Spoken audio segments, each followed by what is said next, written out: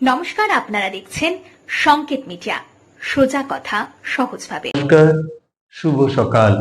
আজ ঈশ্বর কথার 105তম পর্বে শ্রী শ্রী মায়ের কথা।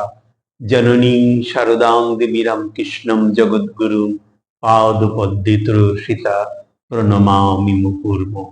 এর আগের দিন মা একজনকে বলে ফেলেছে, মুখ ফুটি এরকমই বলা যায় যে আমাকে ডাকিস। এটা লক্ষ্মী দিদি খেয়াল করেছে, কিন্তু পরমুহূর্তেই বলেছে এবং ডাকিস কথাটা নয়, মানে ঠাকুরকে ডাকলেই হবে। তখন লক্ষ্মী দিদি চেপে ধরেছে, মা তুমি এই মুহূর্তে বৈকুণ্ঠকে বললে আমায় ডাকিস, আবার বলছো ঠাকুরকে ডেকো। মা বলিলেন, ঠাকুরকে ডাকলেই তো সব হলো। তখন লক্ষ্মী দিদি মাকে বলিলেন, মা এরকম ভাবে ভোলানো তোমার অন্যায়। আর আমাকে বিশেষ করিয়া বলিলেন, দেখো বৈকুণ্ঠ, আমি আজ এই নতুন শুনলাম যে মা বলছেন আমায় ডেকো। তুমি এ কথা যেন ভুলো না, ঠাকুর আর কে, তুমি মাকেই ডেকো। তোমার বড় ভাগ্য যে মা নিজে তোমায় এ কথা বলেছেন, তুমি মাকেই ডাকবে। আমাকে এইরূপ বলিয়া মাকে বলিলেন, কেমন মা হয়েছে এখন? লক্ষ্মী দিদির এই কথায় মা মৌন রহিয়া সম্মতির লক্ষণ জানাইয়াছিলেন। আসিবার সময় মা আবার আমাকে বলিলেন, তুমি এখান থেকে একেবারে ঘরে যেও, এখন মঠে বা এখানে ওখানে কোথাও গিয়ে কাজ নেই, ঘরে গিয়ে বাপ মায়ের সেবা করো, এখন বাবার সেবা করা উচিত। এই কথা বলিয়া আমার হাতে 4 খিলি পান দিয়া আমাকে আসিতে বলিলেন। আমিও মার আজ্ঞা শিরোধার্য করিয়া আমার পূর্ব সংকল্প পরিত্যাগ পূর্বক কোয়ালপাড়া মঠ হইয়া বাড়ি আসিলাম। যাইবার সময় বাবার শরীর ভালো দেখিয়া গিয়াছি। বাড়ি ফিরিয়া দেখি বাবার বড়ই শক্ত ব্যারাম হইয়াছে। আমার পৌঁছিবার 6-7 দিন পরেই বাবা দেহ রক্ষা করিলেন। এবার কামারপুকুর যাইবার সময় আমার এক গুরু ভাই আমার হাতে মায়ের নিকট একখানি পত্র দিয়াছিলেন। উক্ত পত্র মাকে দিবার সময় মা বলিলেন, তুমি খুলে পড়ো। তাতে নিম্নলিখিত 2টি প্রশ্ন ছিল। 1 নম্বর, আমি চাকরি করিতে যাইতেছি, চাকরি করিলে মায়ায় জড়াইব কি না? শুনিয়া মা বলিলেন, চাকরি করলে আবার মায়ায় কি জড়াবে? 2 নম্বর, বিবাহ করিলে আমার ভালো হবে কি না? মা এই প্রশ্নের উত্তরে কিছু না বলিয়া আমাকে জিজ্ঞাসা করিলেন, বাবা তুমি বিয়ে করেছ কি? আমি বলিলাম, না মা, আমি বিবাহ করিয়ে না। শুনিয়া বলিলেন, বেশ তো, তুমি বিয়ে করনি, বিয়ে করা বড় জঞ্জাল।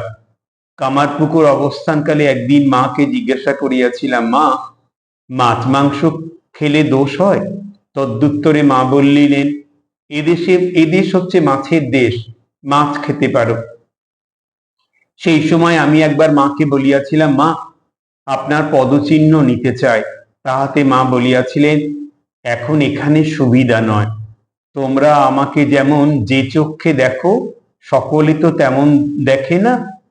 এই লাহা বাবুদের বাড়ির অনেকে এখানে আসে টাসে, সেজন্যে আমাকে লুকিয়ে থাকতে হবে। পায়ে আলতার চিহ্ন থাকবে কিনা? অন্য এক সময় আমাদের দেশের কয়েকটি গুরু ভাই মিলিয়া জয়রামবাটি গিয়াছিলেন। সেখানে যাইয়া আমার এইরূপ মনে হইয়াছিল যে এতদূর ছুটিয়া আসিয়াছি, জীবনে তো কিছুই করিতে পারিলাম না। শ্রী শ্রী মায়ের যদি সেবা করিতে পারিতাম, নিজেকে বড়ই ধন্য মনে করিতাম। একদিন সব গুরু ভাইরা কামারপুকুর গেছেন, আমি কিন্তু গেলাম না। বৈকালে মায়ের কাছে গিয়াছি। তিনি ভাড়ার ঘরের বারান্দায় নতুন বাড়িতে বসিয়াছিলেন। আমাকে দেখিয়া বলিলেন, বাবা ভাড়ার থেকে আটার হাঁড়িটা নিয়ে এসো তো।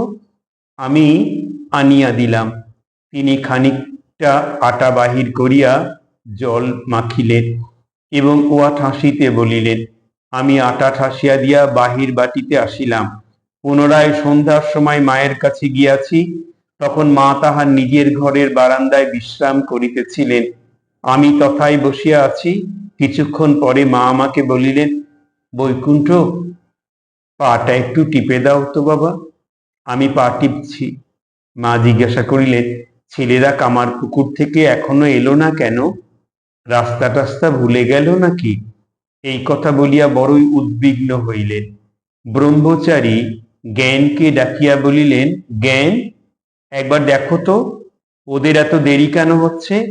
ব্রহ্মচারী জ্ঞান দেখিবার জন্য কিছু দূর অগ্রসর হইয়া গেলেন। বাস্তবিক তাহাদের সেদিন রাস্তা ভুল হইয়াছিল। খোঁজ না লইলে তাহাদের বাড়ি পৌঁছিতে আরো অনেক দেরি হইত।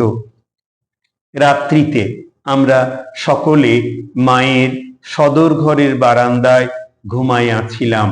শেষ রাত্রে 4টার সময় আমাদের সকলের ঘুম ভাঙিল। একজন বলিলেন, এই সন্ধিক্ষণে যদি একবার মায়ের দর্শন মিলত।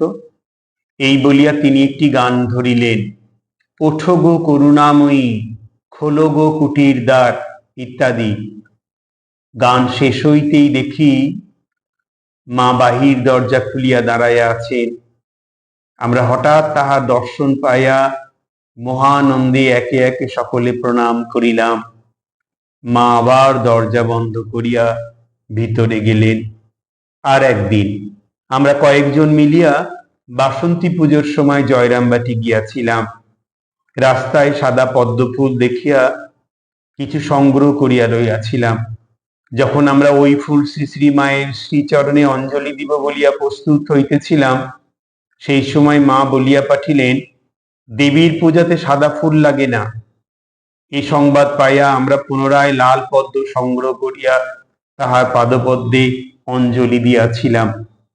একদিন তাহার সাংসারিক কোনো কথাই শুনিলাম, মা যেন কাহাকে বলিতেছেন, আমাকে বেশি জ্বালাবে না, কারণ আমি যদি চোটে মোটে কাউকে কিছু বলে ফেলি তো কারো সাধ্য নেই যে তাকে রক্ষা করে। সেবার মাকে জিজ্ঞাসা করিয়াছিলাম, মা, আজকাল সরকার যে ছেলেদের ধরে ধরে আটক করে রাখছে, এর পরিণাম কি হবে? তদ্দুত্তরে মা বলিয়াছিলেন, তাই তো, এ তো বড় অন্যায়। এর একটা প্রতিকার শীঘ্র হবে, আর বেশি দিন নয়, ভালোই হবে। একদিন আমি মাকে বলিলাম, মা, আমার একটা কিছু করে দিন। তাহাতে মা বলিলেন, শরৎ রাখাল এরা রয়েছে, ভয় কি? তখন আমি বলিয়াছিলাম, মা, আমার বড় ইচ্ছা হয় কিছুদিন মঠে গিয়া থাকি। মায়ের মত হইল না, বলিলেন, এখন মঠে গিয়ে কাজ নেই, বাড়িতেই থাকো। এবার আমাদের গ্রামের ক্ষীরোদ মুখোপাধ্যায়কে শ্রী শ্রী মা কৃপা করিয়াছিলেন। ক্ষীরোদবাবুর মুখে শুনিয়াছি, দীক্ষার সময় মা তাহাকে বলিয়াছিলেন, আজ থেকে তোমার ইহকাল পরকালের পাপ গেল। একদিন কলিকাতায় বাগবাজারে মায়ের বাটিতে উদ্বোধন কার্যালয়ে মাকে প্রণাম করিয়া দাঁড়াইয়া আছি। মা জিজ্ঞাসা করিলেন, মাস্টার মশাইকে প্রণাম করেছ? আমি বলিলাম, না মা, আমি তাকে চিনি না। মা বলিলেন, যাও, নিচে সে আছে, সে মহাপুরুষ লোক, তাকে প্রণাম করে এসো। আজ এই পর্যন্তই। শ্রী শ্রী মায়ের আশীর্বাদী হাত আপনাদের মাথায় পড়ুক। খুব ভালো থাকুন। আগামী ঈশ্বর কথার 106তম পর্বে কথামৃত থেকে পাঠ। নমস্কার। Subscribe our channel. Press the bell icon.